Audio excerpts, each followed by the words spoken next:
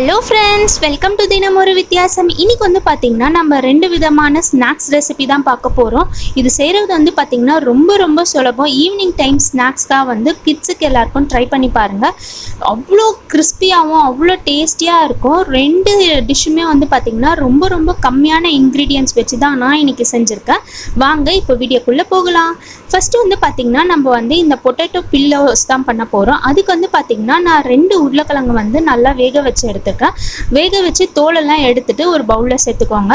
அதை இந்த மாதிரி நல்லா ஸ்மாஷ் பண்ணிக்கோங்க. கையிலையோ இல்லை ஸ்மாஷர் வச்சு இந்த மாதிரி நல்லா ஸ்மாஷ் பண்ணிக்கோங்க.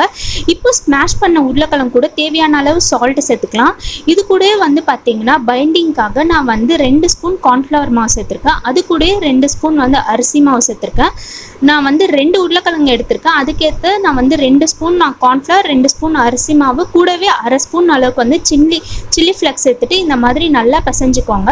நீங்கள் தண்ணிலாம் எதுவுமே சேர்க்காமல் பிசைஞ்சிங்கன்னா இந்த மாதிரி டைட்டாக வந்துடும். இப்போ இந்த மாவு வந்து பாருங்கள், இந்த மாதிரி நல்லா மெலிசாக உருட்டிக்கோங்க.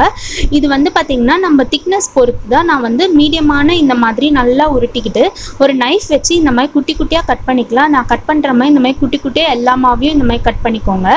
உங்களுக்கு கொஞ்சம் பெருசாக வேணும்னா நீங்கள் வந்து பிரெத்தை கூட கொஞ்சமாக இன்க்ரீஸ் பண்ணிக்கலாம். பாருங்கள், இந்த அளவுக்கு நல்லா குட்டி குட்டியாக கட் பண்ணிவிட்டு ஒரு ஃபோக் ஸ்பூனை வச்சு இந்த மாதிரி லைட்டாக ப்ரெஸ் பண்ணிங்கன்னா போதும். இந்த மாதிரி சூப்பரான ஷேப் வந்துடும்.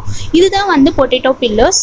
இது வந்து பார்த்திங்கன்னா ரொம்ப ரொம்ப ஈஸி ஃப்ரெண்ட்ஸ். ஆனால் டேஸ்ட் வந்து பார்த்திங்கன்னா ரொம்பவே சூப்பராக இருக்கும். இப்போ வந்து பார்த்திங்கன்னா ஒரு சைடில் வந்து பாருங்கள், நான் வந்து எல்லா மாவையும் இந்த மாதிரி ஃபோக் ஸ்பூனை வச்சு நல்லா இந்த மாதிரி ப்ரெஸ் பண்ணி விட்டுட்டேன். இப்போது அடுப்பில் வந்து எண்ணெய் நல்லா சூடானோன்னு நம்ம வந்து ரெடி பண்ணி வச்சுருக்க பொட்டேட்டோஸ் எல்லாத்தையும் இதில் சேர்த்துக்கலாம். அடுப்பை வந்து பாருங்கள் மீடியம் ஃப்ளேமில் வச்சு இதை வந்து பொரிச்சு எடுங்க. ஏன்னா போட்டோடனே கலர் மாறிடும். அதனால் எல்லாமே ஈவனான கலரில் இருக்கணும். அதனால் அடுப்பை வந்து மீடியம் ஃப்ளேமில் வச்சுட்டு இந்த மாதிரி நல்லா மீடியமான சூட்டில் வந்து நல்லா ஃப்ரை பண்ணி எடுத்துக்கோங்க. அவ்வளோதான். இப்போ இன்னொரு பவுலில் வந்து பாருங்கள், அதே மாதிரி 2 உருளைக்கிழங்கை வந்து வேக வச்சு எடுத்துகிட்டு இந்த மாதிரி நல்லா ஸ்மாஷ் பண்ணிக்கலாம். இப்போ நம்ம பண்ண போகிறது வந்து சிம்பிளான பொட்டேட்டோ பால்ஸ் தான். இதுக்கு வந்து பார்த்திங்கன்னா அரை ஸ்பூன் வந்து சில்லி மிளகாய் தூள், தேவையான அளவு சால்ட், கொஞ்சமாக வந்து சாட் மசாலா சேர்த்துக்கிட்டு இதுக்கான பைண்டிங் வந்து பார்த்திங்கன்னா கார்ன்ஃப்ளவர் வந்து 2 ஸ்பூன் சேர்த்துருக்கேன். இப்போ இது எல்லாமே வந்து நல்லா பைண்டிங்காக நம்ம வந்து கொஞ்சமாக ஆயில் சேர்த்துக்கலாம். அந்த நம்ம போட்டிருக்க மசாலாஸ்லாம் எதுவுமே பிரிஞ்சு வராமல் அப்படியே இருக்கும். அதே மாதிரி கையிலையும் ஒட்டாமல் நம்ம வந்து பால்ஸ் போடலாம். பாருங்கள், இந்த மாதிரி குட்டி குட்டி பால்ஸாக நீங்கள் உருட்டிட்டு அதே மாதிரி எண்ணெய் சூடானதும் நம்ம ரெடி பண்ணி வச்சுருக்க பால்ஸ் எல்லாத்தையும் நல்லா மீடியம் ஃப்ளேமில் வச்சு பொரிச்சு எடுத்திங்கன்னா ஒரு சூப்பரான பொட்டேட்டோ பால்ஸ் ரெடி ஆகிடும்.